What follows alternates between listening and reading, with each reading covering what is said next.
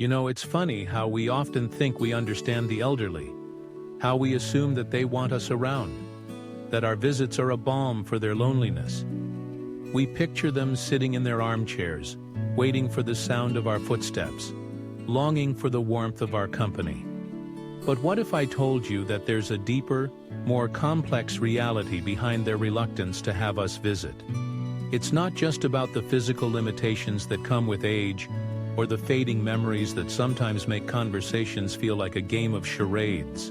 No, it's much more nuanced than that. Let's start with the obvious. Aging is a process that strips away so much of what we once took for granted. Independence, mobility, vitality. These are the things that define our youth. And when they begin to slip away, it can feel like a slow, painful unraveling. For many elderly people, the act of inviting someone into their home is not just about companionship. It's about exposing their vulnerabilities. They don't want to be seen as frail or helpless. They don't want to feel like a burden. So when they say, "Oh, don't worry about visiting," what they're really saying is, "I'm not ready to show you how much I've changed." There's a certain dignity that comes with age, a dignity that can be easily overshadowed by the realities of physical decline. They've lived through decades of experiences, weathered storms that would make many of us crumble. They've built lives, raised families, and faced losses that cut deep. And now they find themselves in a world that often overlooks them, a world that seems to move on without them. So when we come to visit, it's not just a simple act of love. It's a reminder of everything they've lost. And let's not forget the emotional landscape that comes with aging. Many elderly people grapple with feelings of isolation, not because they're alone, but because they feel disconnected from the world around them. Their friends may have passed away. Their family members are busy with their own lives, and the once vibrant social circles they enjoyed have dwindled. So when we show up, it can feel like an intrusion into their carefully constructed solitude. They may not want to engage in small talk about the weather or the latest news. They may not have the energy to recount stories from their past.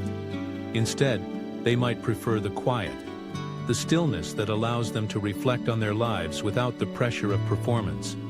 There's also the issue of communication. As we age, our ability to articulate thoughts and feelings can diminish. Words may escape them, or they may struggle to find the right ones. This can lead to frustration, both for them and for us. We want to connect, to share, to understand, but the conversation can feel like a series of misfires.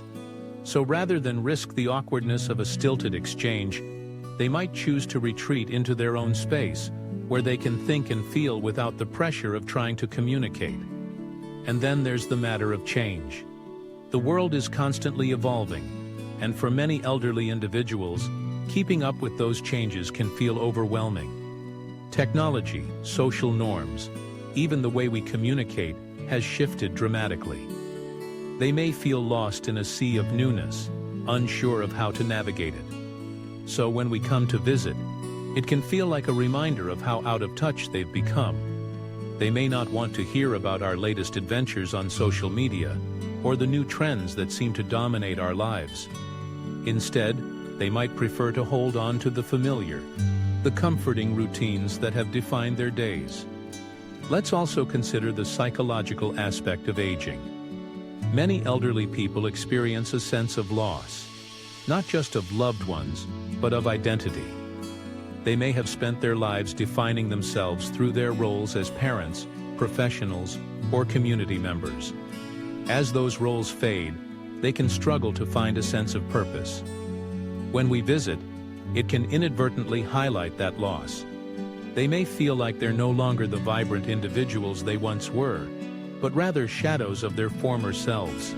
So, in an effort to protect their sense of self, they might push us away, preferring to maintain the illusion of independence rather than confront the reality of their situation. And let's not overlook the physical discomforts that often accompany aging.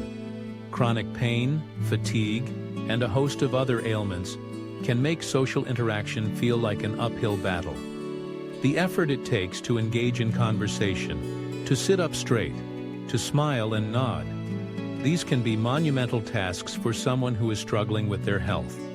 So when they say they don't want visitors, it's often a way of preserving their energy for the moments that matter most to them. They may want to save their strength for a phone call with a loved one or a rare outing, rather than expend it on a visit that feels more like an obligation than a joy. There's also a fear of judgment. Many elderly individuals worry about how they're perceived by others. They may feel self-conscious about their living conditions, their appearance, or their mental acuity. The last thing they want is for us to see them in a vulnerable state, to witness the toll that aging has taken on their bodies and minds. So, rather than risk that judgment, they might choose to isolate themselves, to keep their struggles hidden behind closed doors. And let's not forget the impact of societal attitudes toward aging. We live in a culture that often glorifies youth and vitality, while marginalizing the elderly. This can create a sense of shame for those who are aging, a belief that they are somehow less valuable or less worthy of attention. When we visit, it can feel like an acknowledgement of that societal narrative, a reminder of their perceived shortcomings. So in an effort to reclaim their dignity, they may choose to withdraw, to create a space where they can feel like they still have some control over their lives. But here's the thing. While their reluctance to have us visit may stem from a myriad of complex emotions, it doesn't mean they don't want to connect. It's essential to understand that their desire for solitude is not a rejection of us, but rather a reflection of their internal struggles. They may long for connection but feel trapped by their circumstances. They may want to share their stories, but find it difficult to articulate them. They may crave companionship but fear the vulnerability that comes with it. So how do we bridge that gap? How do we navigate the delicate dance of connection without imposing on their need for solitude? It starts with understanding and empathy. Instead of pushing for visits, we can reach out in ways that honor their boundaries. A simple phone call, a handwritten letter, or a thoughtful text can go a long way in showing that we care without overwhelming them. We can create opportunities for connection that don't require them to put on a brave face or engage in lengthy conversations. We can also be mindful of the topics we discuss. Instead of focusing on the changes in our lives, we can ask them about their experiences, their memories, the things that bring them joy. We can create a space where they feel comfortable sharing without the pressure of keeping up with the fast-paced world around them. And let's not underestimate the power of presence. Sometimes, just being there, sitting quietly in the same room, can be enough.